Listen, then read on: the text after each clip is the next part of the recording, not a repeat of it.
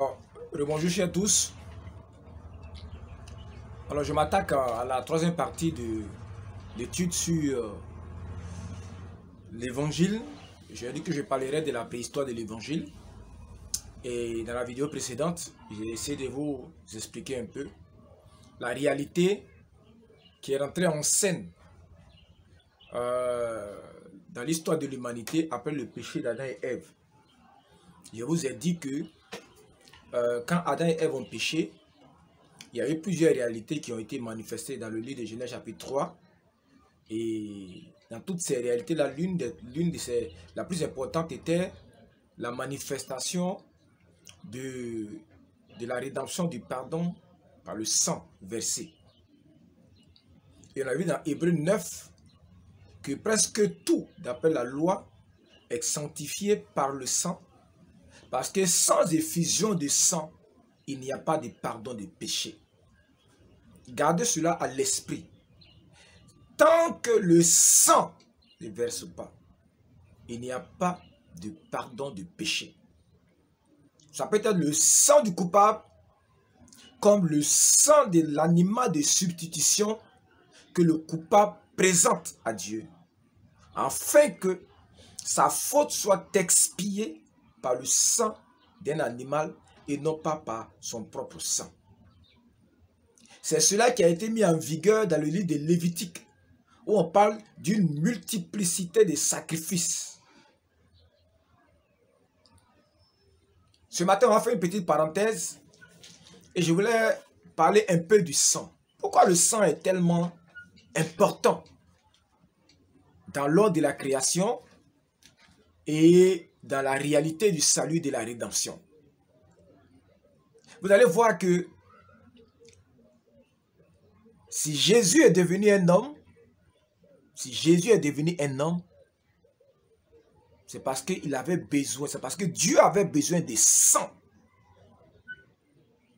Pour que la postérité du diable, la postérité du serpent, soit brisée, soit détruite, il fallait que Dieu trouve un sang capable de briser, de parler en faveur des hommes et de briser cette malédiction que Adam et Ève ont fait planer sur toute la création à partir de leur péché. Parce que lorsque Adam et Ève ont péché, ils ont répandu sur toute la création une grande et obscure malédiction. Que l'homme, tant qu'il est dans cette réalité-là, ne pourra pas comprendre amplement. Ce monde avait été créé pour être un monde de gloire, de lumière, de révélation de la divinité.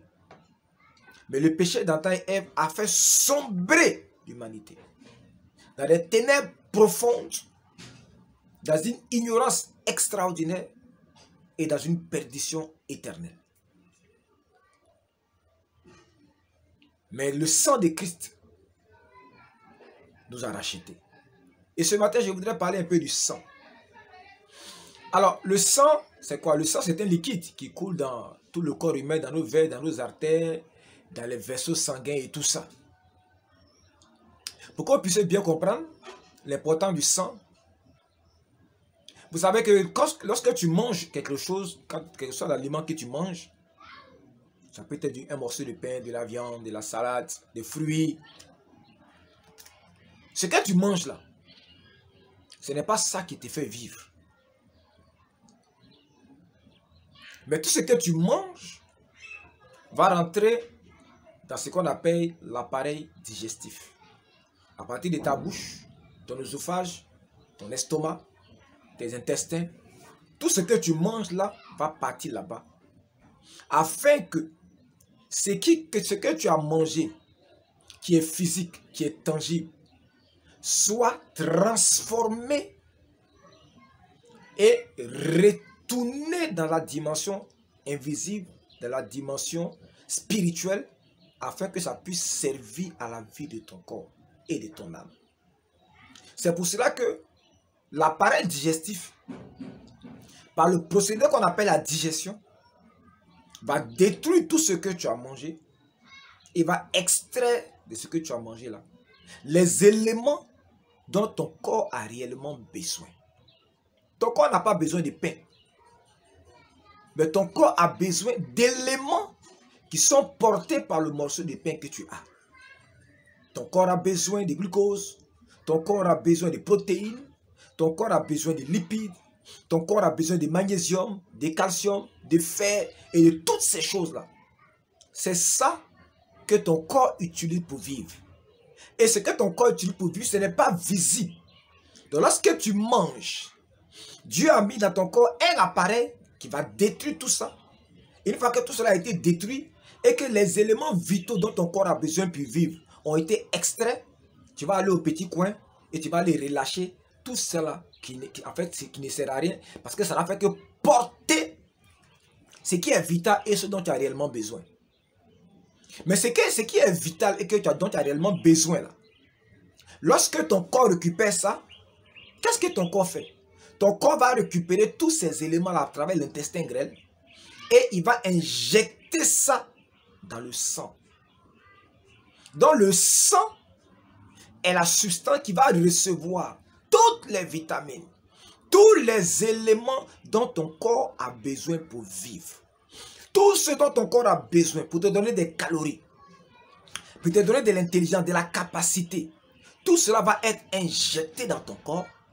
Et c'est ton corps qui aura la responsabilité d'en faire la distribution dans tout le reste du corps selon les besoins de chaque partie de ton corps.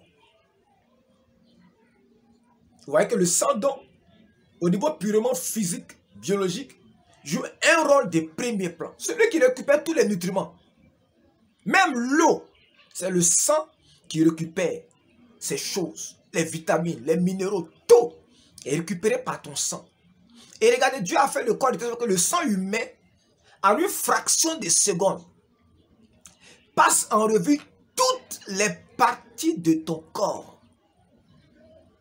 Aussi petit que puisse être cette partie de ton corps-là, en quelques fractions de secondes, le sang va faire le tour de tout ton corps, inspecter chaque partie de ton corps et y laisser les éléments dont cette partie-là a besoin pour vivre. Ce dont le cerveau a besoin pour vivre est différent de ce dont les muscles ont besoin pour vivre. Et celui qui fait la distribution de toutes ces choses dans ton corps, c'est ton sang. Dans l'œil, il enverra les éléments dont l'œil a besoin.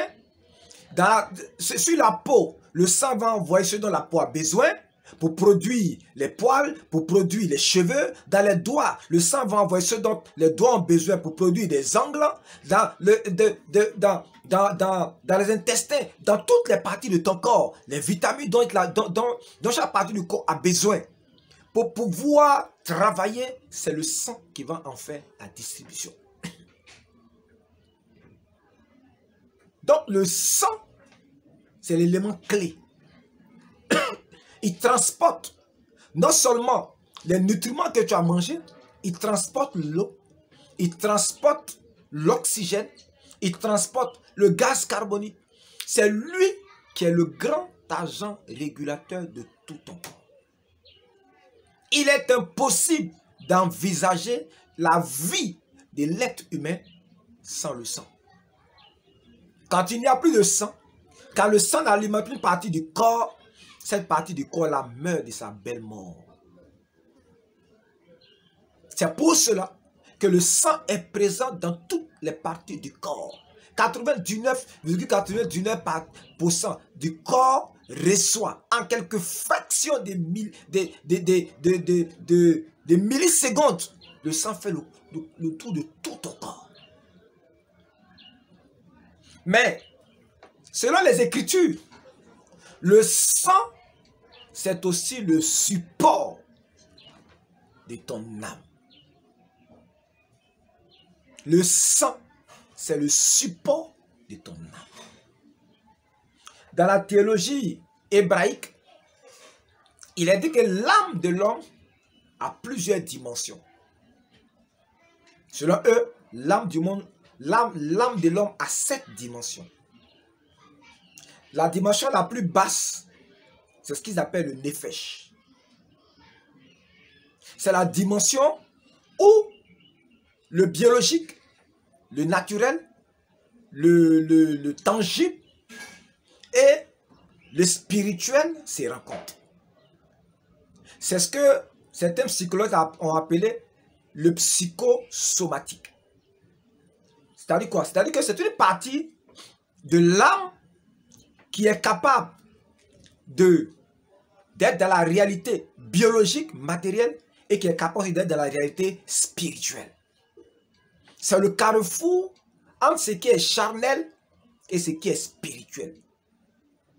C'est là que l'esprit humain, l'homme en tant qu'esprit, a ses pieds trempés. Donc, l'âme est trempée, sur une dimension de l'âme est trempée dans le sang. C'est cette dimension-là que le Juif appelle le nefesh.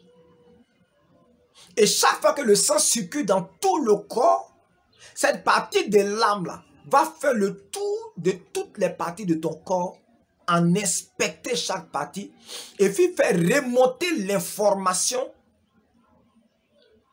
au système nerveux, d'abord, et puis au système spirituel. Pour que tu puisses prendre conscience. Par exemple, lorsqu'il y a une maladie dans ton corps, c'est l'âme, à partir de son support qui est le sang, qui va reporter l'information vers ton système nerveux pour que ton corps puisse recevoir l'information et remonter l'information vers ton système spirituel pour que ton être conscient puisse être informé et puis réagir. C'est pourquoi le sang est le support de l'âme. Et le sang est le commencement. L'âme, l'être humain spirituel, l'être spirituel, il est trempé dans le sang. Le sang est son support, mais pas dans sa globalité. Le sang est le support d'une partie de l'âme qu'on appelle le nefesh. Et c'est lui qui permet à notre partie spirituelle d'avoir un rapport avec notre partie biologique, notre partie animale. Et le sang parle. Le sang s'exprime. Donc dans le sang se trouve cette réalité.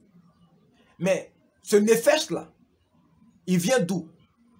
Ce nefesh-là vient de l'expérience qui est décrite dans le livre de Genèse chapitre 2. Quand Dieu a tiré l'homme de la poussière de la terre. J'ai dit dans une vidéo précédente que Dieu n'a pas fabriqué des mottes et puis l'a soufflé dedans. Dieu a tiré à partir de ce qu'on appelle la matrice utérine originelle, qui est l'utérus originel, qui a servi de formation à l'homme.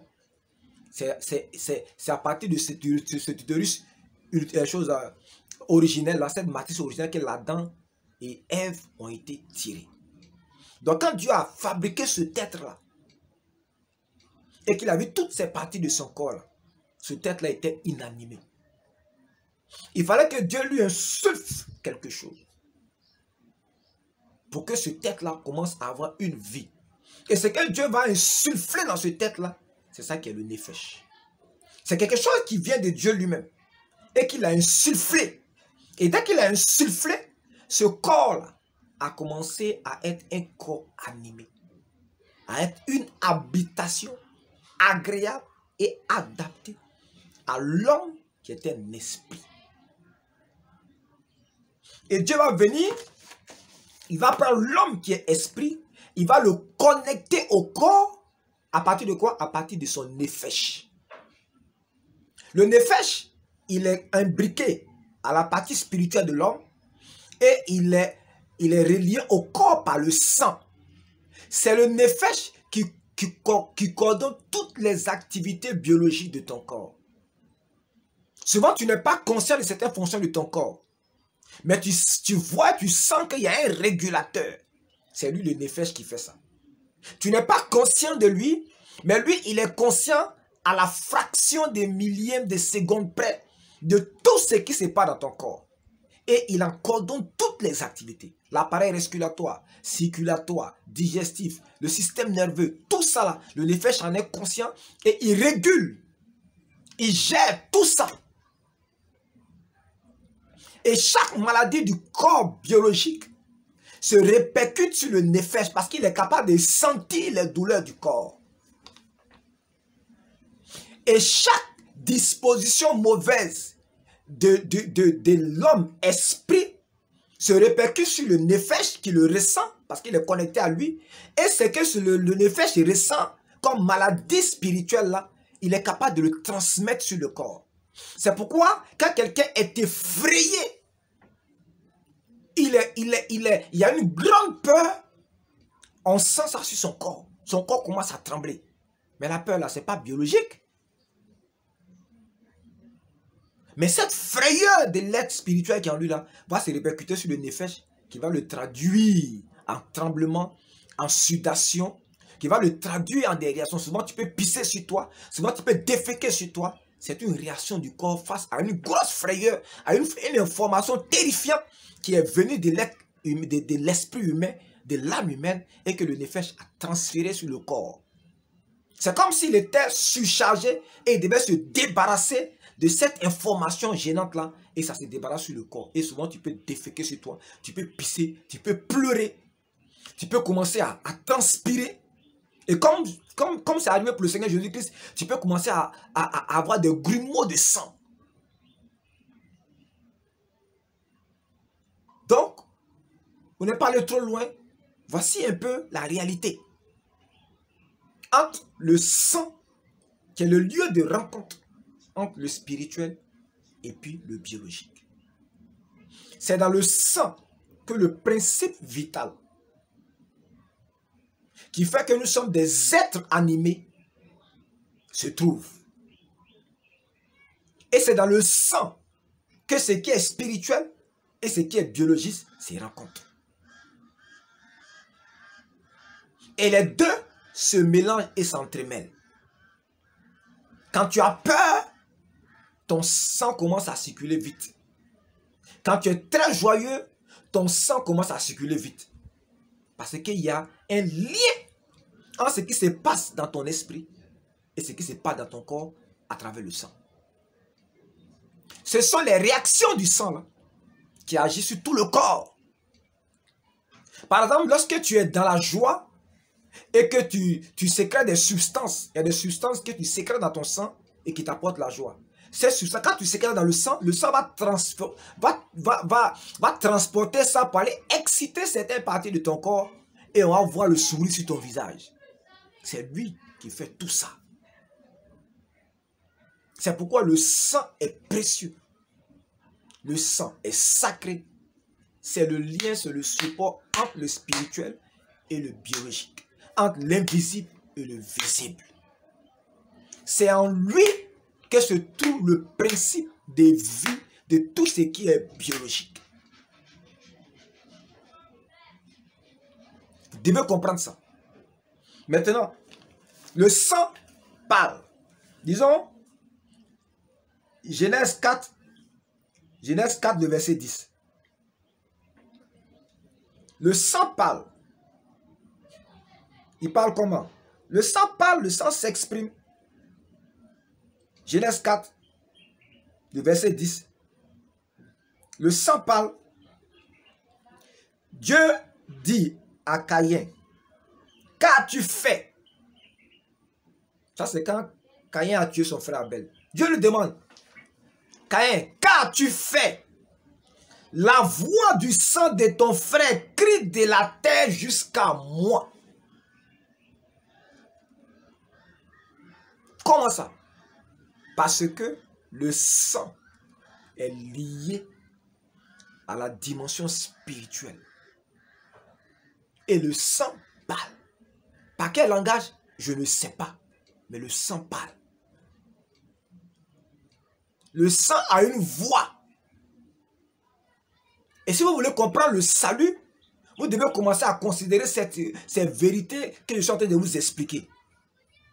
Le sang, ce n'est pas simplement un simple liquide. Dans le sang se trouve un principe qui vient directement du Créateur.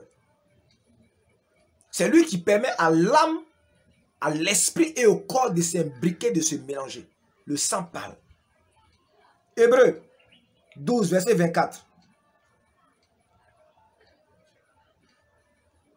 Hébreux 12, le verset 24. Je commence au verset 22.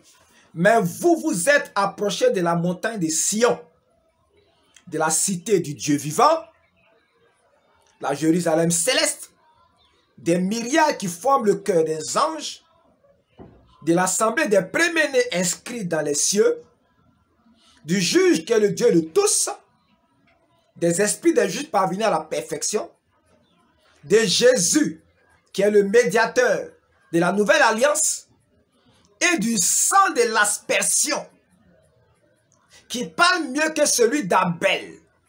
Alors la Bible dit que le sang de Jésus, c'est le sang de l'aspersion.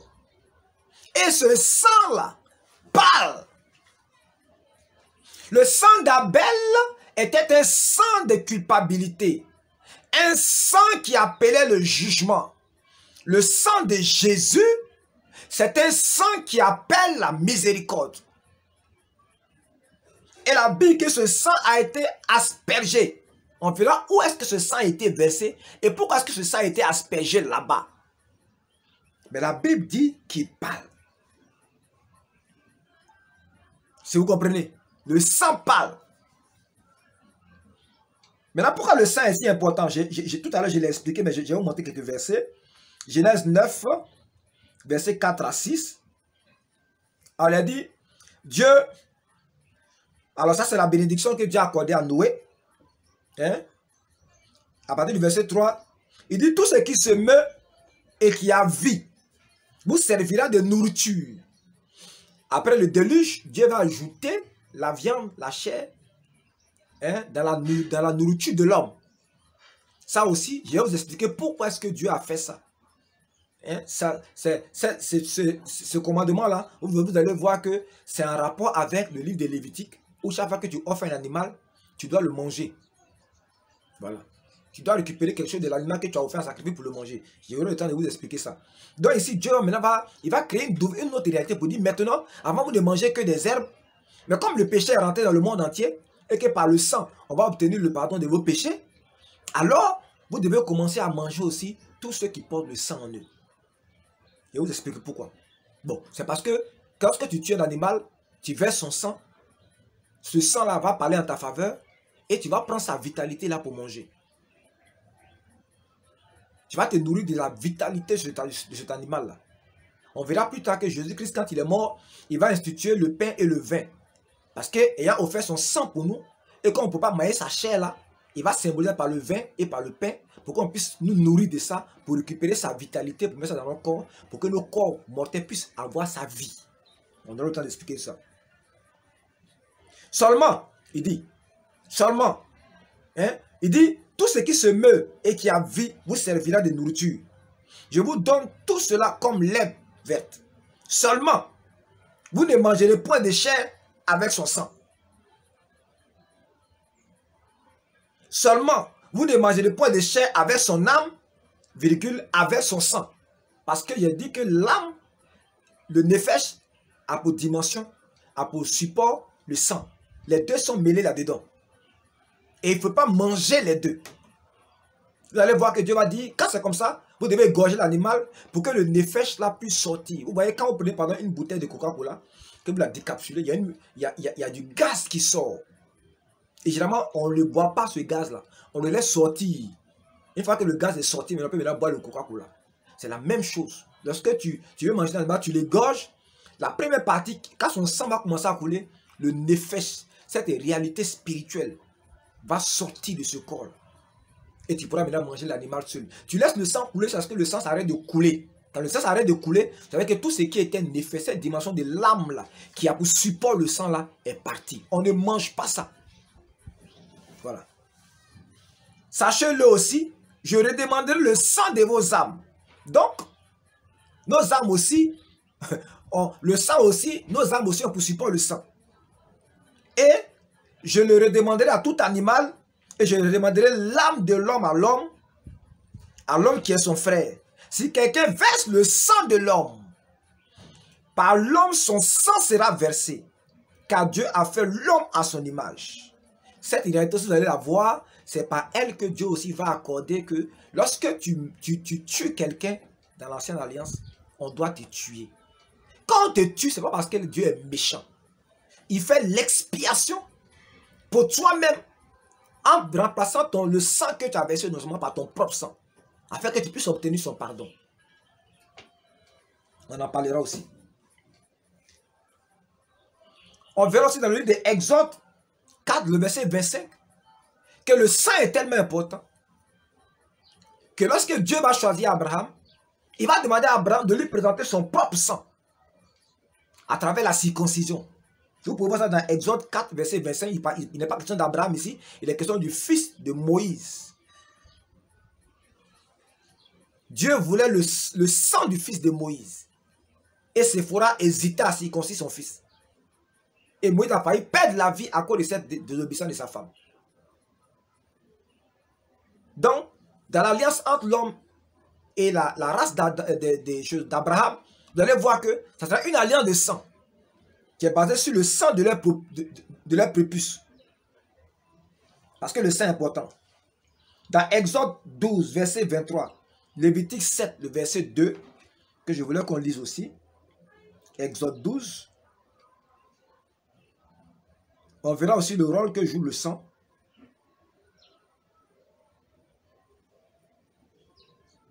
Exode 12, verset 23. Exode 12, le verset 23. Quand l'Éternel passera pour frapper l'Égypte et verra le sang sur le linteau et sur les poteaux, l'Éternel passera par-dessus la porte et il ne permettra pas aux destructeurs d'entrer dans vos maisons pour frapper. Alors, ce passage parle de quoi? Ce passage parle de l'épisode dans l'histoire des Hébreux durant les années d'esclavage en Égypte, où face à la demande de Moïse adressée à Pharaon de laisser les enfants d'Israël aller dans le désert pour servir les dieux et l'adorer. Face à cette demande qui a été refusée, Dieu va envoyer des calamités en Égypte. Et parmi ces calamités-là, se trouvait la mort de tous les premiers-nés. Une nuit, Dieu va libérer un ange de destruction sur toute l'Égypte. Avec une consigne ferme. Il faut frapper tous les premiers-nés. Depuis le premier-né de Pharaon assis sur le trône, jusqu'au premier-né des animaux. Mais il dit aux Hébreux, quand cet ange-là de la mort va sortir, il ne tirera pas. Il frappera systématiquement tous les premiers-nés. Sans tenir compte des origines, sans tenir compte de la nationalité, sans tenir compte de la tribu. Voilà. Il n'a pas reçu l'ordre de pardonner quelqu'un. Mais vous, il va vous donner un remède. Sacrifiez un animal, prenez son sang et revêtez, recouvrez les cadres de votre porte avec ce sang-là. Quand l'ange de la mort viendra, il entrera par la porte de la maison et il frappera. Mais, si vous mettez du sang sur les linteaux de vos portes, Dieu lui-même va venir couvrir cette porte-là. Oh, Jesus. La Bible n'a pas dit que quand l'ange va voir le sang, il va fuir. Non. Quand le destructeur vient, le sang qui a été mis sur les linteaux des portes là, depuis le jour où ça a été appliqué, l'Éternel Dieu lui-même, il est venu couvrir. C'est-à-dire qu'au moment où tu es en train de mettre le sang sur les portes là, si vous lisez le psaume 91, vous allez comprendre ça. Le sang la forme mettant un abri. Et cet abri là, l'être qui venait s'abriter sur la porte là, c'était Dieu lui-même. Il venait et il couvrait la porte. Et quand le destructeur vient, il voit que à cette porte-là, l'être qui protège la porte est plus grand et plus puissant que lui. Oh, alléluia. Et il prend la fuite parce qu'il ne peut pas l'affronter. C'est ainsi que partout où il est passé à Goshen, là où se trouvaient les Hébreux, il a vu que toutes les portes, il y avait un être surnaturel qui gardait cette porte-là. Et que cet être là était tellement puissant que lui, le destructeur, ne pouvait pas entrer dans la maison. Il est dit, l'Éternel passera par-dessus la porte. Il venait couvrir la porte. Et c'est lui, l'Éternel, qui ne permettra pas au destructeur d'entrer. Il va venir lui résister. Mais qu'est-ce qui a fait ça? C'est le sang. C'est le sang qui a fait ça. C'est pour cela que plus tard, oh, alléluia, quand Moïse construit le tabernacle, chaque année, quand le souverain sacrificateur rentre dans l'arche, il rentre dans la partie, surtout l'arche de l'Éternel, dans la partie qu'on appelle le Saint des Saints, là-bas, il y a l'arche de l'Éternel, et sur l'arche, il y a ce qu'on appelle le propitiatoire.